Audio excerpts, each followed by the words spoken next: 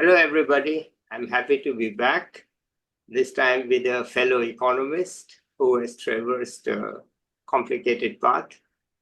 Right now, we have with us Abhishek Anand. Let's listen to him. Over to you, Abhishek. Hi, Subodh. First of all, thanks for having me on this Vidped. And as you said, I too feel at times that it's so many career changes that I have made. I have always been an economist, but of course, I have made quite a few career changes, and I would certainly love to talk about it. So, just to briefly, as we begin, just to let you know about me, my name, all of you know now, Abhishek Anand. I am from Jharkhand.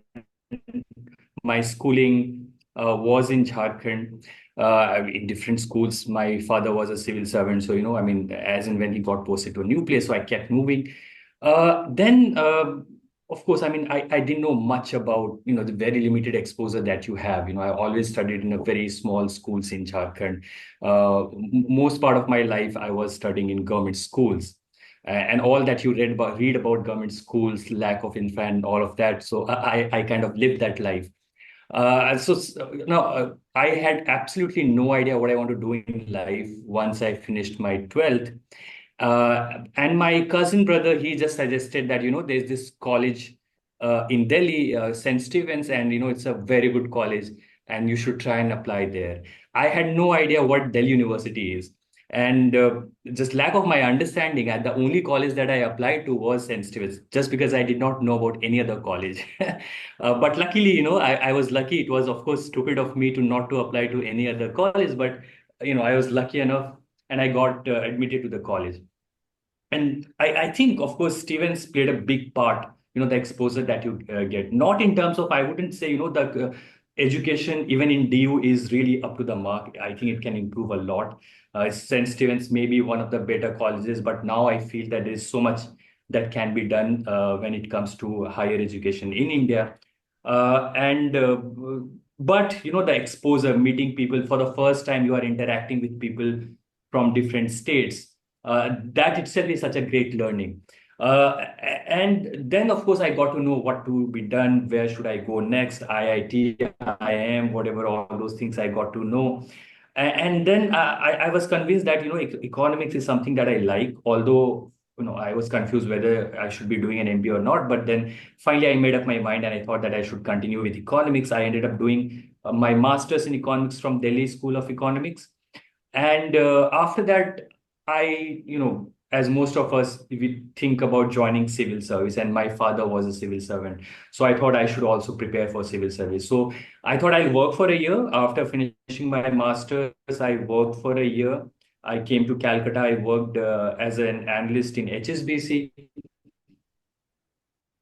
But then, after a year, I quit and I came back to Delhi. I prepared for a year. Of course, I prepared for two different exams. One is the usual UPSC, that of only for economics graduates, Indian Economic Service. And I applied for both the exams. And I wrote both the exams. I qualified for Indian Economic Service, and for the other exam, I reached the interview stage and I did not qualify.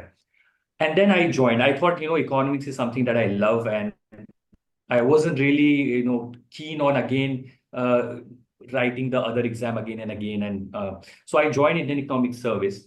2014 is the year when I joined, and then after finishing my 2016 January is when I joined the Ministry of Finance, and that was my first posting.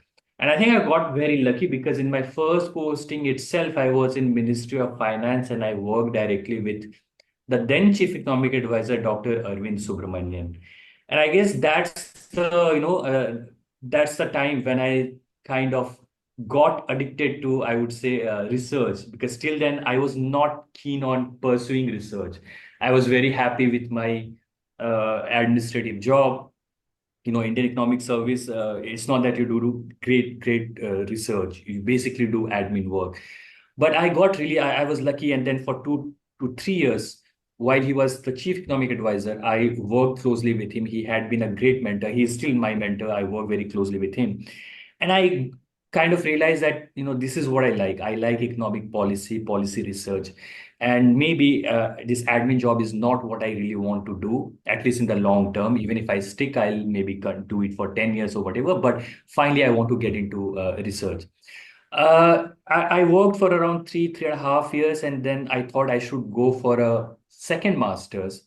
The reason being, when I was working in the Ministry of Finance, we used to work, of course, a lot of people who would come from different universities, and they would want to work with Arvind as an intern. And all these PhD scholars from the best of the universities in the world, be it MIT, Harvard, you name it, all of them will come.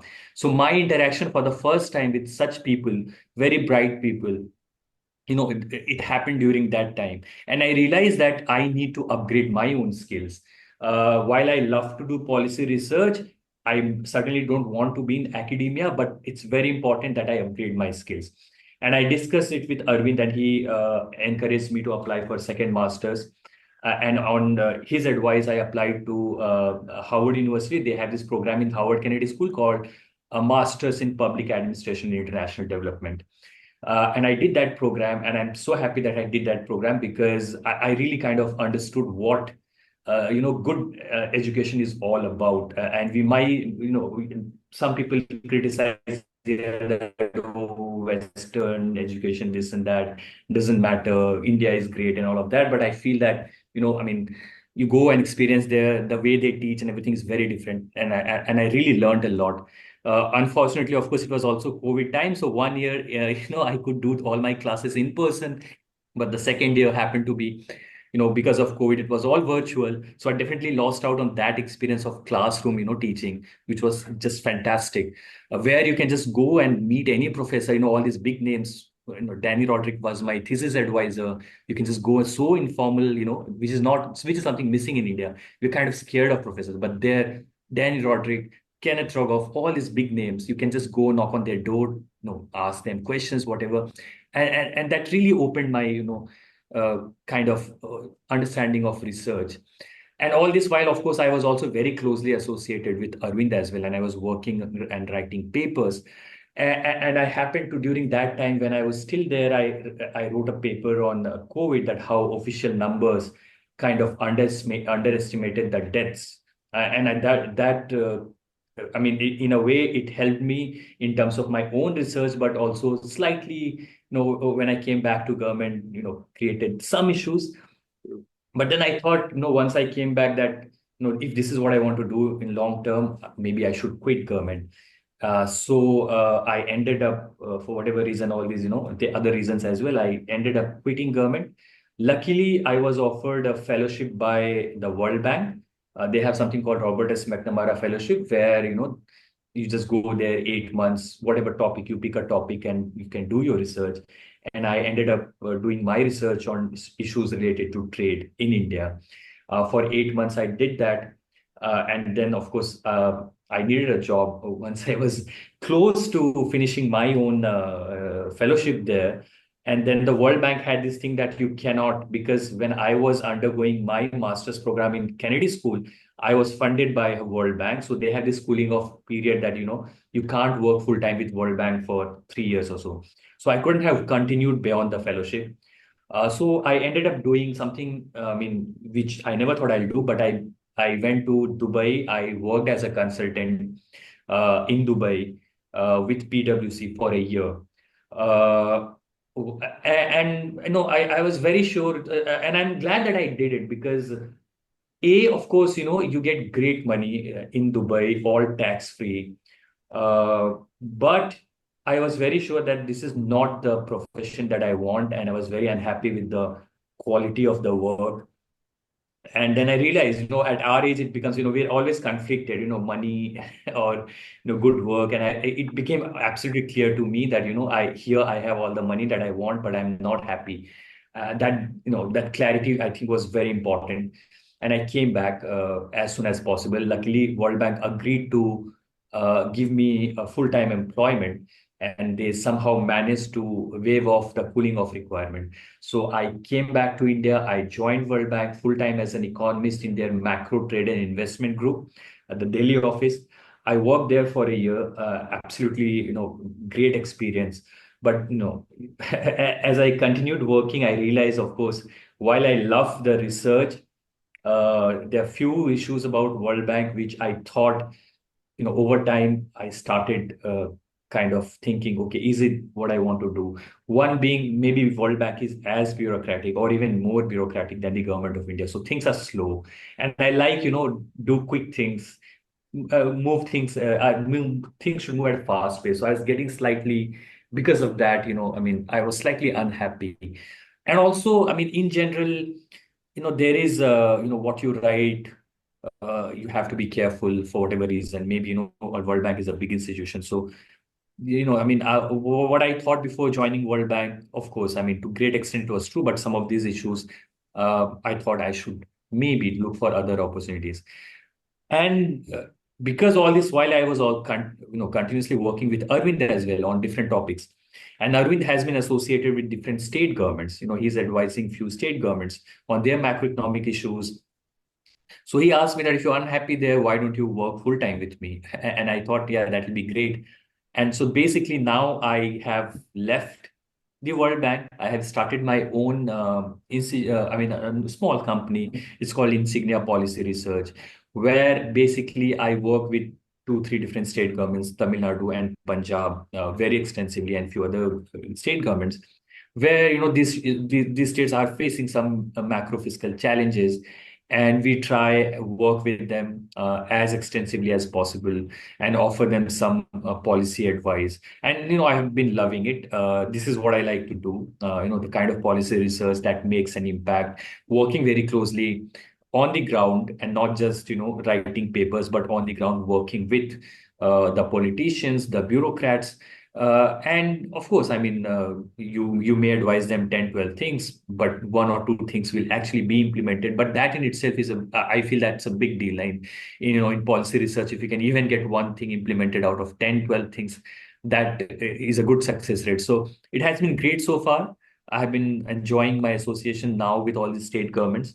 And, too many changes, yes, but I think finally I am on a path which I really enjoy, and hopefully this will continue for quite some time. Well, So let me just pause because I think I've spoken a lot here. Yeah, no, you haven't spoken a lot, but you have told us a lot. It's a very impressive journey. And it actually shows, what India is like now. That look, there are many options. Yeah. And it's difficult sometimes to settle down to one. Like if in the old days you got one job, you stuck to it. Yeah. You did quit. That would be impossible to quit a job in Indian Economic Service or to quit a job in the World Bank. Everybody wanted, okay, let me get the job. Once I have the job, I have a 30-year career path. But today, with external stimulus available in India, academic and research type, thinking type, and also the state governments are perhaps a bit more open than they used to be. So there are a lot of options in India, and that's why the restlessness is there, because you have options. And if you are optimizing all the time instead of sticking to, then changing circumstances means you have to change your optimal. Right? Yeah. So I'm not surprised that you are changing, because sometimes I talk to other younger people also, and they feel, okay, where's my fit? Where's my fit?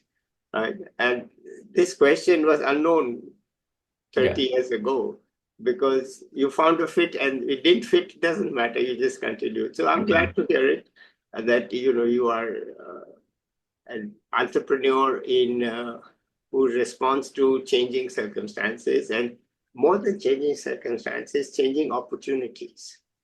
Right? Take advantage of opportunities. Don't add, what you write about, what you say. What you say about the World Bank is entirely true. That, first of all, you have to rewrite everything. You have a lot of experience there. You will know much more than I do. But there's a plus side to it. You have to rewrite everything. Okay. Yeah. But once I had gone to Malaysia as a consultant for the Asian Development Bank. I was Yeah. meeting this senior officer, and he says, "What do you do?" I said, "Well, I rarely work for anybody but the World Bank. I mainly Yeah. work there as a consultant, and I'm here as the Asian Development Bank." Uh, so he said to me something very surprising. He says, "Listen, whether we agree with you or disagree with you, we know what you are writing is what you mean. With others, we don't know what they mean." Because Yeah. so the thing is that there's a plus to it. It's Yeah. very, very tough to take that slow speed because you get bogged down in it, and that's why I never became staff. Yeah. That's why I remained a consultant, so that I would not feel the slowdown, because I can do what I want to do. I had a lot of freedom. Okay? I was not a standard consultant. I had a lot of freedom. Do it your way. Okay. Yeah. But yes, this speed is slow, and the bureaucracy is awesome and awful. But I knew how to get around it. So you No, have no, to absolutely. you have to be You are. I mean, so okay, so I think that part is true, that it's very slow, it's very bureaucratic, you have to watch your language, but those were not impediments for me. Hmm. I could do it. As I said to people, that look, I'm half a babu and I'm half an economist. So if you are half of each, you can succeed there.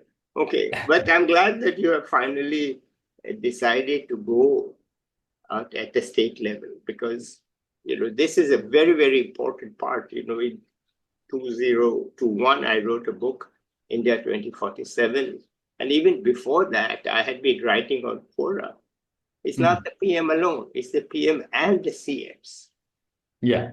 One of the least understood aspects of the 1991 reforms is that it empowered the chief ministers. Hmm. And suddenly you had the rise of various chief ministers, including Mr. Modi himself. Yeah. But that was not possible in the old days. You could only be a political power. But the Yeah. 1991 reforms actually devolved the power in the constitution to the chief minister. It was there in the constitution, but it had been suppressed by the planning commission method of Hmm. working and poverty.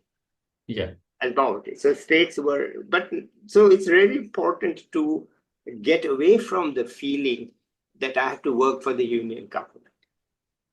Yeah. And actually, increasingly now I'm preaching, okay, not responding to you, I'm preaching. One size fits all policies don't fit a diverse country like India. Yeah. Right? So, of course, you need a common macro policy, you need a common interest rate and all that. But once you get away from that side, in fact, you don't even need a uniform state policy. What works Yeah. in Bangalore is not going to work in Mysore. Yeah. So Absolutely. we need to go more. So I'm glad to hear that you are gone to the state level. And I want to discuss this with you a little bit offline. I don't want to talk too much here. So go ahead, tell us some more. Yeah. So, So so why are you in basically, Kochi now? Why are you in Kochi? yeah, one of the reasons why I also wanted to get out of World Bank, apart from many other reasons, is, I mean, Delhi, I have never been fond of living in Delhi. Of course, I studied there, I spent quite a lot of time there, but over time, things have changed. Now with pollution, and I have two kids, small kids, a 2-year daughter, a 6-year-old son. And, our doctors had advised that, if you get a chance, if you ever get a chance and you can come out of Delhi, it will be great for the kids. I am anyway not very fond of living in Delhi, plus this advice from the doctor. So I thought, if something works out, I can get out of Delhi, it'll be great. And luckily, this offer came from Arvind that, if he can work with him full time. And now basically I can operate from anywhere because I work with few state governments and some of them are, are in the south. So Kochi as a base is also easy for me. And my wife is from Kerala. She's from Kochi, Ernakulam. So I thought, we should just shift to Kochi. Things will be much better in terms of, pollution is not there. I mean, it's there, but nothing compared to what you see in Delhi.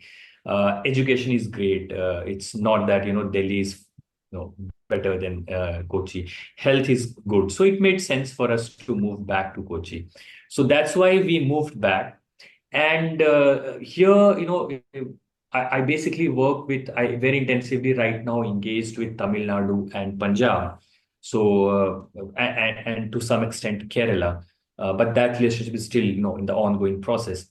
So it's easy for me to travel from here. Punjab, of course, I mean, I have to once in a while go, but otherwise I mostly just can be here, work from home. I have a small office here, just sit out of my office and work from here. Because my work is mostly, again, the way we work is, so we have a small team. Uh, of course, we take a lot of guidance from Arvind, but there are three, four other people who, I mean, one guy who has been my classmate since masters, another guy who's a very good friend now. So, three, four colleagues, all of us are very good friends. So we don't really need to be, we understand each other well. So just a phone call is required, even if something is, we need to understand. So it makes sense. We can be, so another friend is based out of Gurgaon, another friend is in Chennai. So, but, that distance never really matters. And the work, basically, broadly, as I said, it's macro fiscal, it's a broad area, but states may have very specific issues. For example, Tamil Nadu, our engagement started with working on the power sector. The discoms are in huge losses. I guess that's true for almost every state in India, barring maybe one or two. So that's what we started working on with the Tamil Nadu government, and we kind of so committee was constituted under the chairmanship of Arvind, and we worked very extensively on that. We submitted a report. Some of the changes have been already introduced, so that's very heartening to see. But of course, a lot more needs to be done. Then the work extended to other areas, for example, stamp duty. So revenue, of course, all of them are worried, how can we kind of raise more revenue? So, looking at GST, stamp revenue, and very detailed. So of course, when we work, we look at, governments have been very kind to share. Usually that's a problem. It's not get easy to get access to the data that you need. But in this case, at least in Tamil Nadu, we had all the data that we wanted, very granular, that we can work on, analyze. So that's one learning, but which of course maybe all of us very competent, that you have all those whatever degrees, that's what they teach you, the technical part of it. But what we have learned, uh, and specifically, of course, Arvind being there, finally all of these things have to be communicated to the political leadership, who have to take decisions. Now you can't go there and say, I ran this model, this regression, that regression. Also, the technical solution, you have to think about politically, whether what best can be done. So, okay, this is your first, the solution, but then politically, that there are constraints, keeping in mind those constraints. Now, what best can be done? So these are, I guess, apart from technical skills, the soft skills which are required, and it has been a great exposure for us, because of Arvind, to be able to interact at the highest level, the finance minister, or the concerned ministers, at times the chief minister, and then how to communicate and make policy advices, and also get feedback and then rework on it, go back to them. So these are some of the issues that we are working on with Tamil Nadu. In Punjab, again, they have macro fiscal challenges, primarily because of, again, power sector and agriculture sector, because the free power, of course, it's a huge drain on exchequer, and Punjab never diversified beyond agriculture, so they don't really have huge revenue. Whereas now, every politician, every election, as you would see, political parties will say 200 units free, 300 units free, but then it's a huge drain. And then, we are kind of working with them on how to manage it. Different sources of revenue, be it stamp duty, property taxation, and on the expenditure side, what are the subsidies where, politically maybe you can't do anything, but some of the subsidies which are maybe wasteful expenditure and politically not that difficult to do.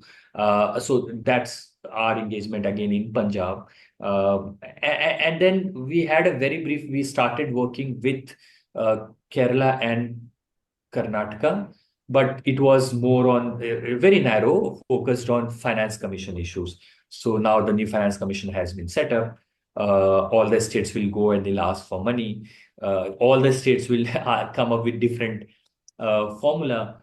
So our idea is that, I mean, 30 states, 30 different formula, you don't achieve anything. So at least, each states which have common concerns, similar issues, come up with a broad agenda, put a united front, and what. So we are working on some of those issues. So Kerala government recently had a big conclave on finance commission issues. So we were working on that. So that's our engagement mostly on these two states, just specific to finance commission, and other two states, as I mentioned, is more on overall macro fiscal issues.